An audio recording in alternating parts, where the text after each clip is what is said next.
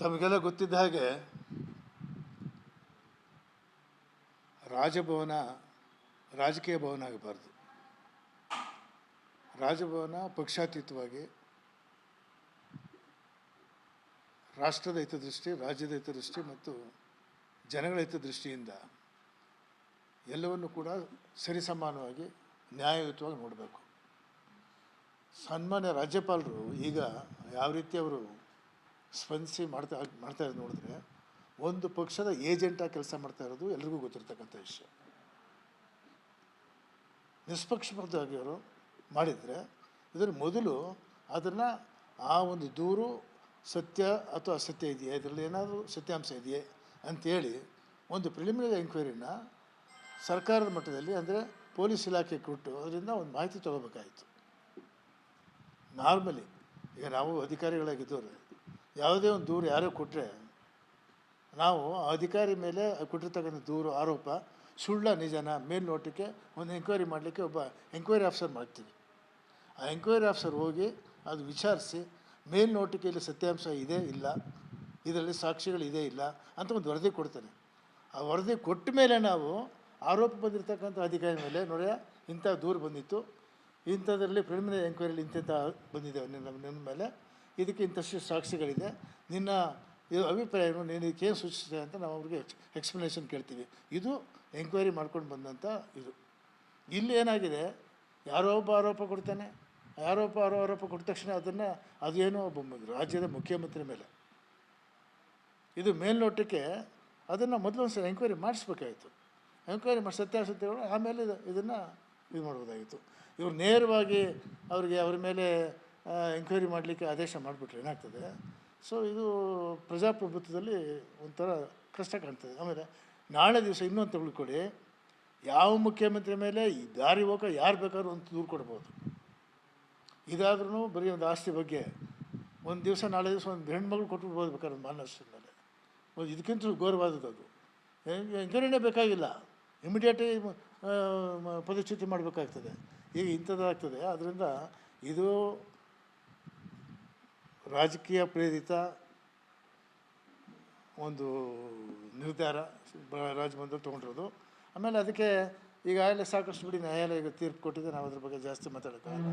ಆದರೆ ಸನ್ಮಾನ್ಯ ಮುಖ್ಯಮಂತ್ರಿಗಳು ಇದಕ್ಕೋಸ್ಕರ ಅವರು ಕೊಡ್ತಾರೆ ಉತ್ತರನ, ಅವ್ರೇನು ಎಂಕ್ವೈರಿ ಮಾಡಿ ಉತ್ತರ ಕೊಡ್ತಾರೆ. ಬಟ್ ಅದಕ್ಕೋಸ್ಕರ ಅವರು ಪದಚ್ಯುತಿ ಅಥವಾ ಪದತ್ಯಾಗ ಮಾಡೋ ಅಗತ್ಯ ಇಲ್ಲ.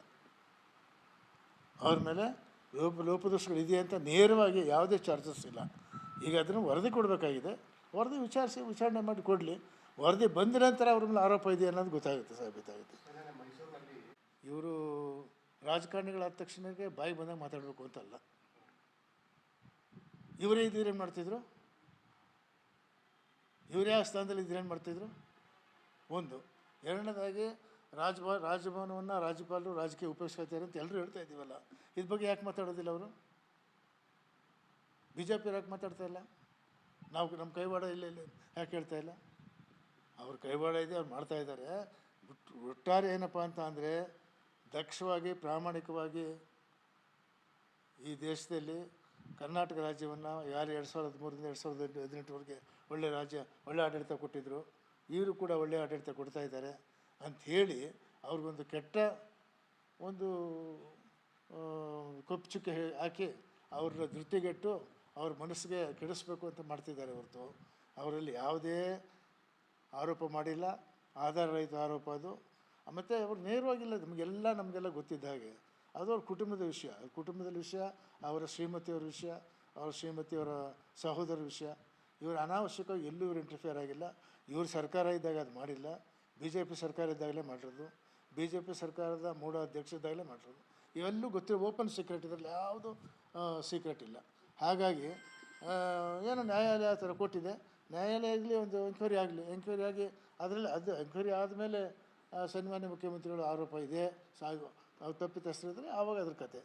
ಈಗ ಮುಖ್ಯಮಂತ್ರಿಗಳು ಮಂತ್ರಿ ಸ್ಥಾನ ಬಿಡೋದೇ ಆಗಲಿ ಅಥವಾ ಅವರು ಅಧಿಕಾರದಿಂದ ರಾಜೀನಾಮೆ ಕೊಡೋದಾಗಲಿ ಆ ಪ್ರಶ್ನೆ ಉದ್ಭವಿಸೋದೇ ಇಲ್ಲ. ಬೇರೆಯವ್ರು ಏನು ಬೇಕಾದ್ರೂ ಮಾತಾಡ್ಕೋಬೋದು. ಈಗ ಸಂಕುಚಿತ ಮನೋಭಾವನೆ ಇರ್ತಕ್ಕಂಥವ್ರು ಅವರು ಇಷ್ಟ ಬಂದಂಗೆ ಮಾತಾಡ್ಕೋತಾರೆ, ಅದಕ್ಕೆಲ್ಲ ನಾವು ಉತ್ತರ ಕೊಡಬೇಕು ಅಂತಿಲ್ಲ. ಎಂಥದ್ದು ನಾಲಿಗೆ ಕುಲವನ್ನು ನಾಲಿಗೆ ಹೇಳ್ತಾರಲ್ಲ ಆ ಥರ ಅವರು ಲಘುವಾಗಿ ನಾಲಿಗೆ ಬಿಟ್ಟು ಅವರ ಒಂದು ಸ್ಥಾನಮಾನನ ಅವರೇ ಕಳ್ಕೊತಿದ್ದಾರೆ ಹೊರತು ಇಂಥವೆಲ್ಲ ರಾಜಕೀಯದಲ್ಲಿ ಇವೆಲ್ಲ ಸ್ಥಾನಮಾನ. ಬಟ್ ಇವ್ರು ಮಾತಾಡ್ಬೇಕಾದ್ರೆ ಒಂದು ಒಂದು ಗೌರವಯುತವಾಗಿ ಮಾತಾಡಬೇಕು ಟೀಕೆ ಮಾಡಬೇಕಾದ್ರೆ. ಈಗ ನ್ಯಾಯಾಲಯ ಇದು ಒಂದು ಹಂತ, ಇದೇ ಅಂತಿಮ ಹಂತ ಅಲ್ಲ. ಇದ್ರ ಮೇಲೆ ಅಪೀಲ್ ಮಾಡಲಿಕ್ಕೆ ಹೋಗಲಿಕ್ಕೆ ಬೆಂಚ್ಗಳಿದೆ, ಸುಪ್ರೀಂ ಕೋರ್ಟ್ ಇದೆ, ಇವೆಲ್ಲ ಇದ್ದಾವೆ. ಸೊ ಅದರಿಂದ ಮುಂದೆ ಪರಿಣಿತರೆಲ್ಲ ಚರ್ಚೆ ಮಾಡ್ತಾ ಇದ್ದಾರೆ. ಸೊ ಅದು ಮುಂದಿನ 2 ಸದಸ್ಯ ಅಥವಾ 3 ಸದಸ್ಯ ತಕ್ಕಂಥ ಬೆಂಚ್ಗೆ ಹೋಗ್ಬೇಕು, ಆನಂತರ ಸುಪ್ರೀಂಗೆ ಹೋಗ್ಬೇಕು ಅಂತ ಇದೆ. ಅದರಿಂದ ಇನ್ನೂ ಬಿಡಿ ಇದೇ ಅಂತಿಮ ಅಲ್ವಲ್ಲ, ಇದು ಮೊದಲನೇದು. ನೋಡೋಣ ಮುಂದೆ ಯಾವ ಸ್ಟೆಪ್. ಖಂಡಿತ ಖಂಡಿತ ಖಂಡಿತ ಸಿಗುತ್ತೆ, ಖಂಡಿತ ಸಿಗುತ್ತೆ.